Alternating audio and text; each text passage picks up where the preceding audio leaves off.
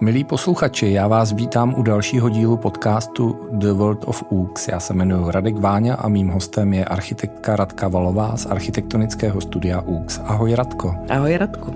My spolu už po 6. surfujeme na španělské vlně. Teď jsme na ostrově Lanzarote, kdy vy jste koupili, rekonstruovali a provozujete rekreační dům. Ten dům je taková vilka, která má 300 metrů, velký pozemek a my si dnes budeme povídat o tom, co to znamená a jak vlastně prakticky provozovat takovouhle rekreační nemovitost. Tak pojďme na to.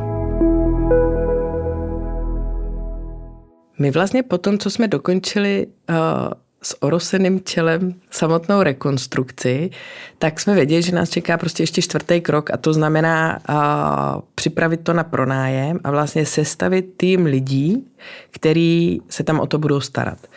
A to se ukázalo jako další výzva, protože my tím, že jsme si jako vybrali lokalitu v centru ostrova, takovou jako ne, že bychom byli úplně na samotě odlehlí nebo tak, ale jsme vlastně mimo ten turistický zájem, tak je to výhodný pro nás a je to výhodný pro lidi, kteří tam přijedou, ale vůbec se tam nechce nikomu cokoliv jezdit dělat. Takže my, když jsme hledali agenturu, začali jsme agenturou. Prostě agentura, která by se starala úplně o všechno, vlastně zařídí jako to, jak se to bude pronajímat, prezentaci na všech portálech, zařídí úklidy, drobnou údržbu, stará se o ty hosty, vlastně úplně komplet celý, tak se ukázalo, že kromě toho, že teda jako za to chtějí naprosto šílený peníze, tak ale nakonec tam vůbec nikdo jezdit nechce, protože je to strašně daleko a je to v těch horách, v uvozovkách. Jo. Ale my jsme 15 minut autem od hlavního města. Tam jsme začali narážet na to, jak vlastně problematický pro ně je kamkoliv jezdit. Takže 15 minut je naprosto nepřekonatelná hranice. Je moc daleko, takže tam se nikomu nechtělo. A zjistili jsme, že vlastně jako ani jedna z těch 3 oslovených agentur, který mají právě, že se starají jako o luxusní vily a tak ani jedna z nich se do toho jako pustit nechtěla. A pak, když jsme to jako hluboce jako propočítávali vlastně jako kolik máme mít jako sazbu na noc versus to, co jako bude chtít ta agentura a co zaplatíme všechny další náklady a tak jsme zjistili, že úplně v každé variantě jsme v mínusu. Prostě jako nevycházíme. Tak jsme říkali, dobře, tak tudy cesta nepovede a úplně jako podobně vlastně, jako jsme to dělali během té stavby, takže si to musíme jako sestavit sami. To znamená, že vlastně vy jste si sestavili ten tým lidí, kteří se o tu nemovitost starají, protože vy tam nejste, vy tam jezdíte. Jak často tam vlastně, Radko, jezdíte? Tam jezdíme tak 4krát do roka, ale prostě mezi tím ten barák jako péči potřebuje a potřebuje hlavně jako ten servis na to, když se to pronajímá, tak všechny ty úklidy, praní prádla a někdo, kdo tam prostě jako bude dělat registraci těch hostů jako na cizineckou policii a tak. Takže tohle to všechno vlastně musí běžet na dálku a nakonec byste teda řekli, agenturu nechceme, protože nám to nevychází. Jak jste to vyřešili? Našli jste si ty jednotlivé profese jako samostatně? Já jsem vlastně začít jsme museli u někoho, kdo je takový jako správce, takový jako člověk, který to zastřešuje a bude kontrolovat úklid a tak. Potom jako to, že tam musí být někdo, kdo uklízí, někdo, kdo se stará o zahradu, někdo, kdo se stará o bazén. Ale ten správce, který bude mít prostě jako na starosti péči o ty hosty, bude jim k dispozici, když budou něco potřebovat a bude dohlížet potom na všechny tyhle ty další jako lidi, kteří tam dělají ty údržbové práce. A toho jste našli, toho člověka, nebo jste ho hledali na několikrát? Jak to bylo vlastně složitý najít takovýhleho? Strašně složitý. Já jsem vlastně vzala zase takovou jako opačnou metodu a sedla jsem si k Airbnb a podívala jsem se v našem okolí, kdo tam vlastně je, kdo se o to stará. Protože vždycky tam máš jako toho hostitele. No a když jsem zjistila, že vlastně to je někdo, jako kdo se tam opakuje třeba víckrát, tak je to vlastně agentura, která je ochotná to vnitrozemí řešit. Takže to byla jako taká jako první pokus, kdy já jsem je oslovila, já jsem říkala, prosím vás, jako nemohli byste nám jako pomoct s tímhletím, nebo nám poslat někoho, jako koho my bychom platili, jak kdo by se o to staral. A takhle jsme vlastně našli jako jednoho chlapíka z Jižní Ameriky, z Peru byl, který, že se o všechno jako postará a nic nebude problém. Jak to bylo ve skutečnosti? No, o moc se nestará, on byl taková jako primadona, takže tam byly až takové jako komické situace, kdy vlastně mi vždycky jako napsali, jak tam ty hosti nechali nepořádek a jak je to strašně jako nerespektující vůči nim a vůči tomu úklidu. A já se na to vždycky tak koukám a říká, tak teď oni jsou tam jako od toho, aby uklízeli. A to nebylo jako, že by tam prostě někdo nechal prostě zdi pocákaný krví nebo něco takového, ale prostě jako odjeli a třeba zapomněli vynést odpadky. A jeho to vždycky hrozně jako urazilo, že vlastně jako jim neprojevují dostatečný respekt. Tak to bylo zajímavá taková jako zkušenost. No a po roce jsme zjistili, že vlastně jako takhle to asi jako fungovat nebude, protože když jsme si začali stěžovat na úklid, tak se ukázalo, že to je jeho přítelkyně a hrozně těžko prostě bude nadávat svý přítelkyni nebo domáhat se toho, aby to dělala lépe, když ona mu doma dá pokouřit úplně jiným způsobem. Takže tohle to nefungovalo. Takže jste pak našli někoho jiného. Takže jsme potom našli někoho jiného. Teďka máme úplně prostě super jako mladý kluk, který vlastně je schopný opravdu jako zařizovat i věci, když je tam potřeba něco opravit a dokonce sám je i zručný, že je schopný to udělat. Kolik tyhle ty služby vlastně stojí? Protože my se teď dostaneme i k tomu, jak vlastně ekonomicky takováhle nemovitost se provozuje, tak pojďme začít tím, jak je vlastně takovejhle servis pro takhle velký dům s celoročním provozem nákladný. Nákladný to je a je to výrazně nákladnější, než jsme si zase dovedli představit. Asi jako co mě jako překvapuje doteďka, ale nic s tím nenadělám, protože prostě musím brát jako co je, tak je cena za úklid vlastně po každém hostovi. Kdy prostě uklidit celý ten barák znamená, že tam je tým 2 až 3 lidí, pracují tam úplně celý den a vezmou si za to 200 €. Ono by se to zdálo jako vlastně poměrně málo v poměru, jako co je cena za tu noc, ale vlastně když se z toho odečtou potom z ceny toho pronájmu vlastně všechny DPHčka, lidi, kteří se starají o bazén, ořezávají palmy a chodí tam prostě jako zalejvat, čistit tu zahradu, čistit bazén, sypou do toho prostě chemii, aby kontrolovali jako vyvážení té vody. A kromě toho, že uklízí firma vevnitř, tak musí uklízet i venku, protože na Lanzarote je takový speciální klimatický jev kalima, což je saharský písek, který tam prostě foukne jednou za měsíc a to znamená, že pak je všechno žlutý. Takže potom, co skončí kalima, tak se zase celý barák musí vzít vapkou zvenku. Všechny terasy, střechy, úplně všechno, protože to je úplně všude a vlastně to, aby to jako vypadalo a zůstalo jako udržovaný, tak to znamená, že se to prostě musí hodně uklízet.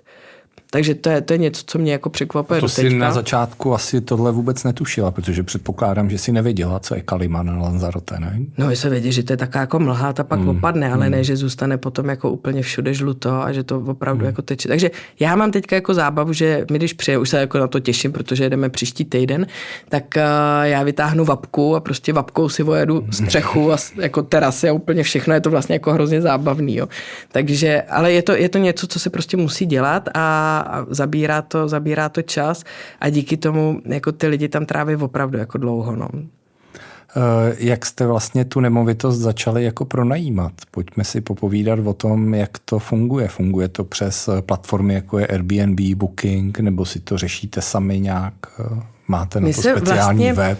Ještě předtím, než vůbec jako si dáš jako tu torturu jako dávat vlastně na tyhle ty jako pronajímací portály a jako si připravit tu prezentaci, tak je tam ještě spousta jako administrativy, která tomu předchází jako místní, protože my jsme museli jako si požádat o licenci na pronajímání, to je takzvaný VVčko, jako Vivienda Vacacional, kterou, aby si dostal, tak musíš mít jako v pořádku barák. Všechny ty úpravy, které jsme tam dělali, tak museli právě projít nějakým schválením. My jsme na úřad prostě deklarovali, kolik máme ložnic, že to máme udělané jako správně, aby tam vlastně ty lidi se mohli jako bezpečně ubytovat. Nahlásíš přesně, kolik lidí se tam jako může ubytovat a pak už to nesmíš porušovat, protože pak jako to hrozí, že ti tu licenci odeberou. Takže jako vlastně projít jako tímhletím procesem. Zároveň my jsme si tam museli najít jako daňovýho poradce, který nám každý měsíc podává daňový přiznání jako toho místního DPHčka, protože my jako cizinci ho musíme to daňový přiznání dávat každý kvartál, ne každý měsíc, každý kvartál. ale je tam prostě mraky ještě dalších daní, které jako kromě toho, že platíš daně z nemovitosti, tak platíš i takovou, já tomu říkám jako daň z luxusu, kdy my vlastně musíme zaplatit daň za dny, kdy to není pronajatý a tudíž to slouží našemu užitku, i když my tam třeba zrovna nejsme, ale jako za pronajatý noci zaplatíme daň z příjmu a za ty nepronajatý zaplatíme takovou speciální imputovanou daň a za to, že si můžeme dovolit mít prostě jako druhý bydlení. Takže, což je v ceně daně z nemovitosti, takže tu vlastně zaplatíme dvakrát. Tak jako někdy mě to jako nepřestává fascinovat, že vždycky přijde. A ještě tu daně, já se říkám, a tu už jsme platili, říkají, ta je trošičku jiná, tato, a ta bude taky prostě 1500 €. Vždycky říkáme, dobře, tak ještě tu zaplatíme. A pak ještě to DPHčko a ještě to roční DPHčko, to není to kvartální, to ještě trošičku jiný. Takže vlastně jako potřebuješ tam daňovýho poradce, který bude dělat jako všechno tohleto jako za tebe. A pak je tam samozřejmě ještě to, že to, co je to vidět jako všude teďka jako ve zprávách, řeší to Španělsko obecně, daleko víc to řeší jako oblasti právě jako Baleáry a Kanáry, tak jako přetlak turistů. Takže oni vlastně teďka jako vymysleli, zase to souvisí s tím, co jsme se bavili v minulém díle, o tom, jak oni neřeší vlastně tu sociální stránku a neřeší sociální bydlení a naprosto logicky ty místní lidi nemají kde bydlet. Ale tam vlastně oni to jako neumějí vyřešit v tom, aby postavili obecní byty, v kterých právě jako ubytují vlastně ty sociálně slabší, který prostě nedosáhnou na nájem, protože naprosto logicky ten, kdo si tam jako koupí barák, a to nedělají jenom cizinci, oni to v daleko větší míře dělají Španělé, který si tam koupí vlastně ty další nemovitosti jako na biznis a na pronajímání, tak to ale prostě nebudou pronajímat za 300 € jako na měsíc, ale prostě se tam dostávají jako na úplně jiný čísla a díky tomu ty místní prostě jako nemají kde bydlet. To znamená, že ten stát to jako pomocí tady těch různých jako daňových věcí reguluje a snaží se z toho vyždímat co nejvíc. Takže vlastně teď se to dostalo až do takového extrému, kdy to zastavili a vlastně teďka běží nějaká 5letá přechodná lhůta, kdy zastavili vydávání těch licencí VV, to je specialita na Kanárech. A každá ta oblast, tam je to po takových jako okresech, tak musí přesně stanovit, kolik, kde, jaký procento nemovitostí se může pronajímat. Takže jako hrozně bitý na tom budou přesně tyhle ty přímořský. My to máme dobrý, protože u nás jako v celé té vesnici, jestli se pronajímá jako 5 těch nemovitostí, tak je to moc. A vlastně oni tam budou nastavovat, jakože ty přímořský budou mít maximálně 20% a tam jsou oblasti, které jsou třeba jako úplně komplet jako na pronájmy. A vlastně cílem je to zredukovat s vidinou toho, že ty lidi to budou donucený potom prodat, dostane se to na ten realitní trh, díky tomu se ceny nemovitostí sníží a ty místní si to nakoupí. A ono se nic z tohohle nestane. To je velmi jako složitá sociální konstrukt, který už když ho takhle říkáš jako vít, podle mě nemůže, ne? Takhle prostě ten trh nedokáže zregulovat, ne?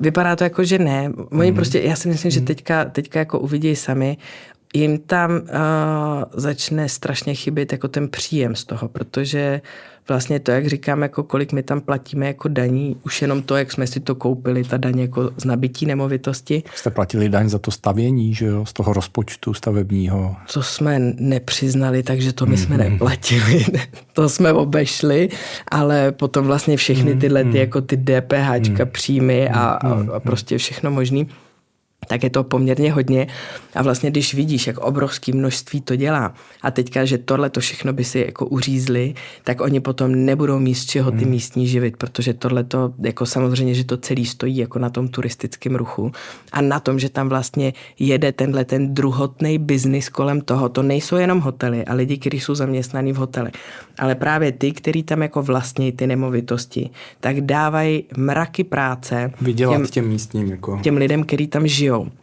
Nemusíš být zaměstnaný v hotelu jako uklízečka nebo kuchař, ale můžeš tam jako podnikat, vlastně je na to navázaný jako strašně široký trh podnikání, protože ty máš přesně jako firmu na správu bazénů, která je chodí uklízet a vyvažovat prostě kvalitu vody. Máš tam zahradníky, máš tam prostě všechno, co je spojené s těma stavebníma pracema. prádelny, restaurace, které jedou vlastně jenom díky turistům, protože místní by do ničeho takového nechodili. A to znamená, že vlastně tohleto všechno oni by zlikvidovali. A oni teďka strašně jako marně jako hledají ten balans, protože ta kanárská vláda, která je do jistý míry jako autonomní, jako vůči Španělsku, tak vlastně z ničeho nic schválila ten zákon, kdy zakázali vydávání dalších těch VV licencí. Ale teďka ty místní samosprávy jako jsou z toho jako trochu divoký, že bylo vidět, že oni ještě furt to vydávali. Už jako sice ten zákon platil, ale oni ještě furt to jako dál vydávali, protože vidí, že pro ně to bude jako obrovský výpadek. Jo. Takže teďka je to takový, že jako se bude vlastně chvilku čekat, jak se k tomu jako postavějí. Ta vláda tam asi taky nebude věčně, protože tam jako budou za 2 roky volby, takže jako si říkáme, že to možná je teďka jako otázka 2 let a potom to nějakou jako změnu jako mít bude, ale loňský rok byl prostě ve znamení toho jako rychle okamžitě se zažádej o tu licenci, ať ji ještě máš, ať to stihneme jako do toho data a tak. My se to jako všechno už měli, ale zase jako nám se jako krátí ta lhůta, jako po kterou nám to ještě bude platit. Má to teda nějakou časově omezenou platnost, jo? Takže to uvidíme, jako já to osobně tak jako černě nevidím, protože si myslím, že prostě bez toho oni jako žít nemůžou.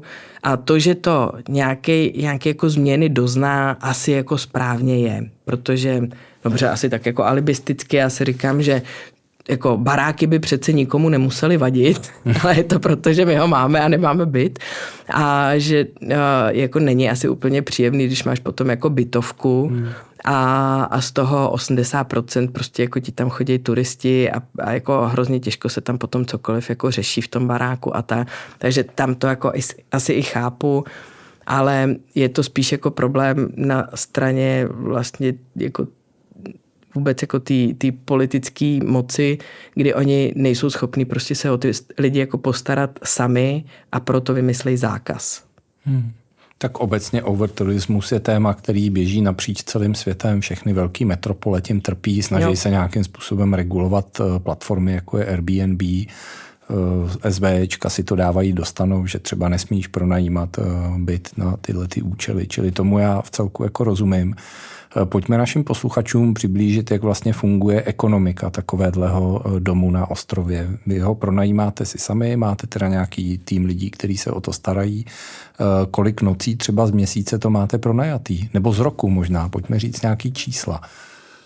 Jsou tam poměrně jako zajímavě hluchý sezóny, jinak než by to člověk čekal. My se taky vlastně museli projít jako celým tím jako ročním cyklem, aby jsme viděli, jak se to jako vůbec chová jako během prázdnin, během Vánoc a podobně.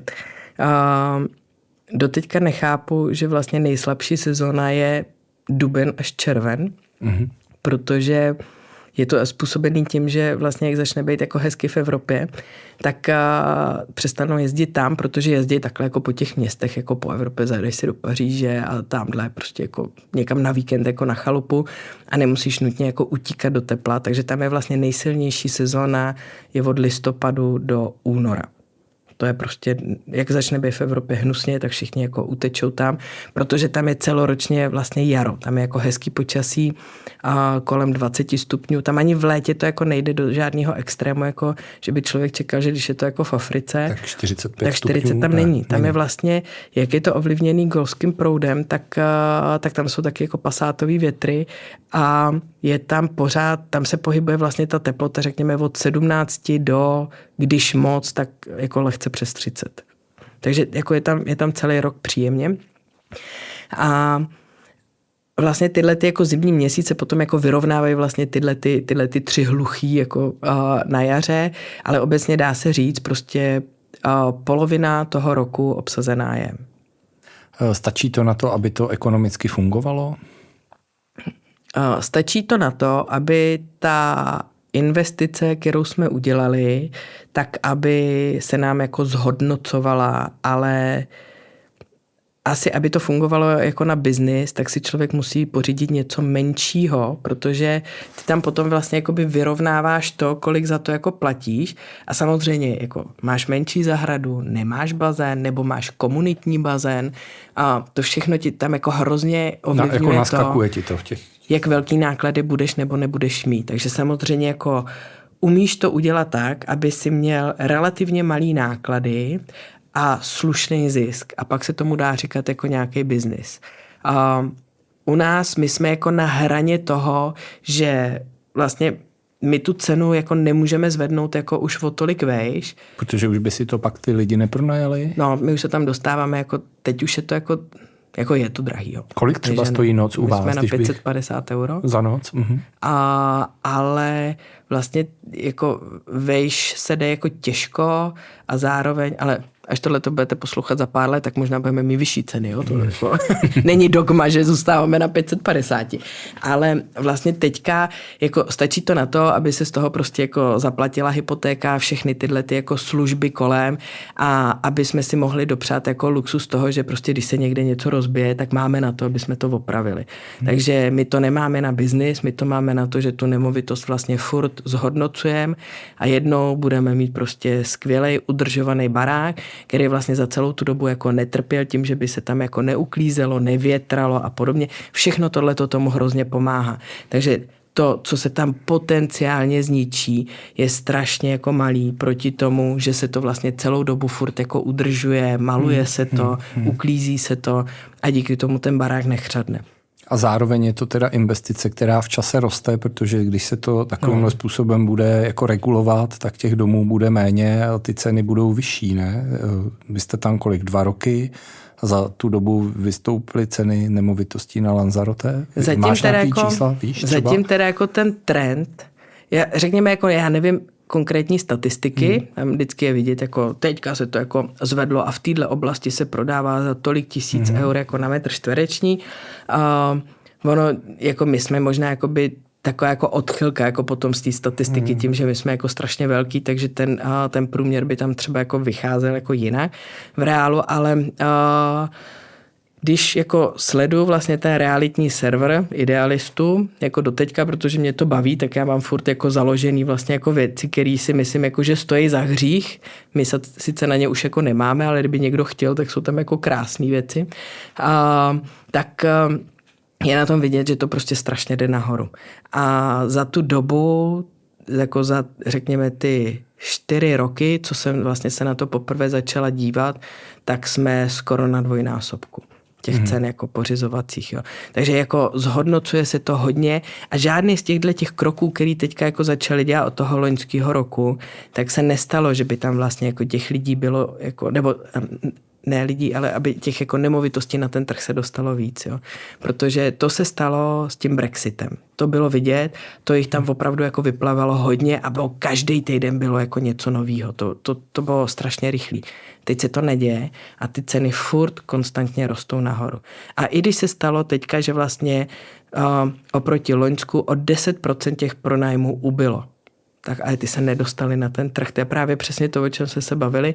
A ty lidi si to radši nechají, nebo to budou dělat nějak jako na černo, nebo to budou půjčovat jako kamarádům a nezbaví se toho. To prostě jako to strašně těžko těma krokama donutíš někoho, aby vlastně ty nemovitosti prodal. Protože oni je tenkrát koupili tak výhodně, že to zatím jako to nemá možná smysl. K tomu ani nemají důvod, že jo, to prodávat. No. Když se tam takhle pohybuješ, jezdíte tam pravidelně, cítíš tam nějaký jako přetlak turistů, nebo jak se vlastně celá ta scéna jako vyvíjí? Já to vidím spíš jako v jiných částech světa než tam.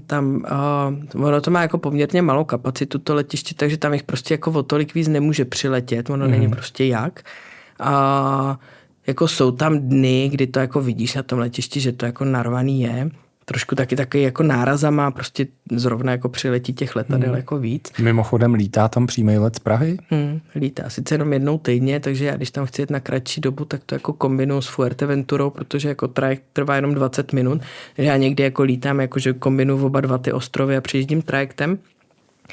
Ale nepřijde mi to až tak jako hrozný, dokonce teďka jsem, myslím, jako četla v těch zprávách dneska, že jako vidějí, že jakoby pokles počtu turistů, ale víc utrácej, takže to se jim jako líbí, že to je jako vlastně ten ideální stav, že to chtějí srazit jako ještě trochu víc dolů a pořádně tam jako zkásnout, to bylo úplně nejlepší a takový model Bhutan, že jo? To by se jim jako líbilo. No tak, takže tohle jako není to tak jako hrozný a jsou tam prostě jako dobře pár míst, které jsou úplně jako narvaný jako k prasknutí a tam my nejezdíme. Jo, jakože chceš jet do Národního parku na Sopky, no tak tam musíš jet ráno, protože pak už nezaparkuješ jako ani nikde v okolí, prostě nedá se tam dostat.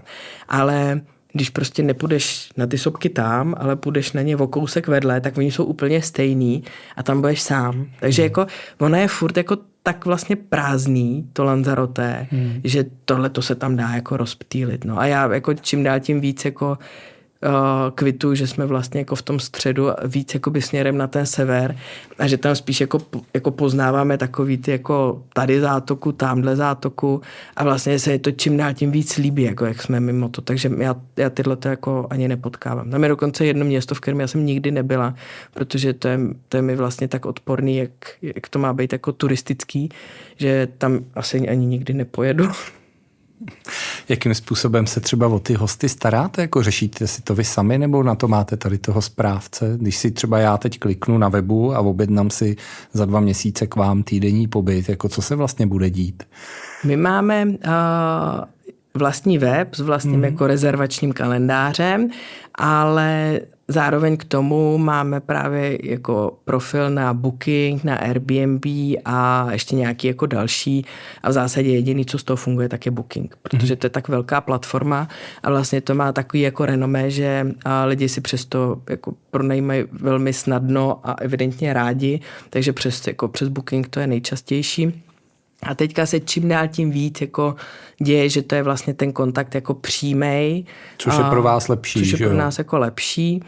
A my se zase jako snažíme, že vlastně vždycky tam je takový jako ten osobní kontakt, jako že my máme pro ně připravené jako celýho jako průvodce jako po tom ostrově, jako tipy na super restaurace, tady si běžte koupit víno, tady mají skvělý sýry, běžte do této restaurace, tu jsme objevili teďka a ta je prostě skvělá, tam budete mít nohy v písku a tamhle ani nejezděte, to je taková jako turistická pás. Takže se jako vlastně snažíme s nima takhle jako komunikovat, že vlastně, aby jako si zažili to Lanzarote právě jako mimo tyhle ty jako turistický davy, aby se jim to líbilo tak, jak se to líbí nám. Funguje to jako sněhová koule, že se ty lidi pak vracejí a jezdí jejich kamarádi? Máte to, sleduješ i třeba tohleto nějak, jo? Spousta z nich je, že se jim to jako fakt tak líbí, že vždycky řeknou, tak my přijdeme ještě jako na podzim a jo, jako opakuje se to, no. To mě jako dělá radost, to já mám ráda. Taky potvrzení, jako že se jim to tam líbí a jako hrozně mě těší, že vlastně všichni, co přijedou, tak první jako posílají zprávu jako wow, tak tohle jsme nečekali. Tak to mě vždycky jako hrozně potěší. I po všech těch peripetích, které jsme si tady v předchozích dílech povídali. Když by si, Radko, na závěr měla shrnout vlastně celý ten příběh, který trval jak dlouho? 3, 4 roky? 4 roky? Vlastně 2 roky, řekněme, jako celá tato jako ta složitá část, jako s tím to rozběhnout, jako od koupě, administrativy, financování, samotné rekonstrukce a potom jako to uvedení jako do toho pronájmu, tak řekněme jako 2 roky. Doteďka je to furt si myslím, bylo to rychlý, bylo to strašně náročný a já jsem si potřebovala jako půl roku odpočinout, ale už jsem na to jako natěšená zas, takže teďka tam děláme další projekt. Já se tam vlastně trápím zase s těma řemeslníkama, ale mně se to, jako mě to hrozně... Ten děláte pro sebe nebo pro nějakého klienta? Neděláme to pro klienta, je to už vlastně jako celá finka, což je vlastně taková jako usedlost, kde je víc apartmánů, takže tam začínáme jako jedním a pak by se postupně mělo přejít jako na další. A mě to vlastně strašně baví, protože já tam vidím obrovský potenciál. Co mě je tam vlastně hrozně líto vůči tomu ostrovu, jak ho tak jako znám teďka, tak on tam jako nemá dostatečnou péči právě z pohledu té architektury. Protože tam, když se jako Manrik to udělal naprosto skvěle. Jako ten člověk musel být hrozně komplikovaný a musel strašná spousta lidí jako nenávidět. A když se ale na to potom díváš jako s odstupem času, tak ten ostrov má opravdu takový kouzlo, který žádný jiný nemá. A má to i právě takový jako ten kulturní vibe, který žádný jiný ten ostrov nemá. Máš tam tu přírodu relativně nedotčenou a ještě k tomu jako sopečná. Ostatní mají taky, ale mají jinou. Tady je prostě, jak jsou tady ty vinice a ta láva a tak. je to úplně jako něco jiného, ale ta architektura, která tam vzniká teďka, je strašná, jako fakt strašná. To jsou vlastně ty bezpohlavní baráky, u kterých je úplně jedno, jestli je postavíš prostě za Prahou, nebo v Dánsku, nebo je prostě postavíš kdekoliv jinde na světě. To nesouvisí s Lanzarote jako takovým. A to mě je právě jako strašně jako líto, protože my i ten barák jsme vlastně chtěli, aby tam tenhle ten jako lanzarotský duch jako byl, takže proto my jsme používali, že to je celý bílý, máme tam ty lávový šutry a tu zelenou a vlastně se to snažíš dělat tak, že jako využíváš ty výhledy jako do té krajiny, to, že tam koukáš prostě na vinice, na palmy a je to prostě má to být takový jako trošku jako zpomalený, máš tam mít jako ten klídek a tak, ale máš to udělat jako v tom duchu toho ostrova. Ale pak si tam jedeš podívat prostě na novostavbu, což my jsme tam jako s kamarádama, který tam žijou, tak jsme se takhle jako jeli dívat párkrát a tam vidíš, jak je to všechno stejný, jak je to všechno prostě jako absolutně bez názoru, všichni mají vlastně, všechny interiéry vypadají stejně. Ty baráky koukají prostě do zdi nebo si navzájem. Je to vlastně za každou cenu tam prostě jako využít nějakou jako parcelu, ale přitom tam je mrak jako starých baráků, který jako by si tu rekonstrukci zasloužili. A to mě na tom právě přijde jako, v tom je ta udržitelnost toho, že ty se tam právě jako neroztahuješ jako ta náplava, ale ty tomu jako za to, že tam přijedeš, tak vlastně tam jako vylepšíš něco jako stávajícího. A něco tomu vrátíš. A něco tomu vrátíš. Takže proto mě to baví. Milí posluchači, to byla Radka Valová z architektonického studia UX a její cesta na španělský ostrov Lanzarote. Já moc děkuju, že jste doposlouchali až sem a budu se těšit třeba u nějakého dalšího dílu podcastu The World of UX. Mějte se hezky. Naschledanou a děkuju. Milí posluchači, pokud jste doposlouchali až sem na konec našeho podcastu, já vás zvu na blog na webu ux.com, kde najdete další fotografie a videa, které se celého tohoto projektu týkají. A když budete mít cestu na Lanzarote, klidně se za náma zastavte, rádi vás provedeme naší vilou a můžeme si popovídat dál.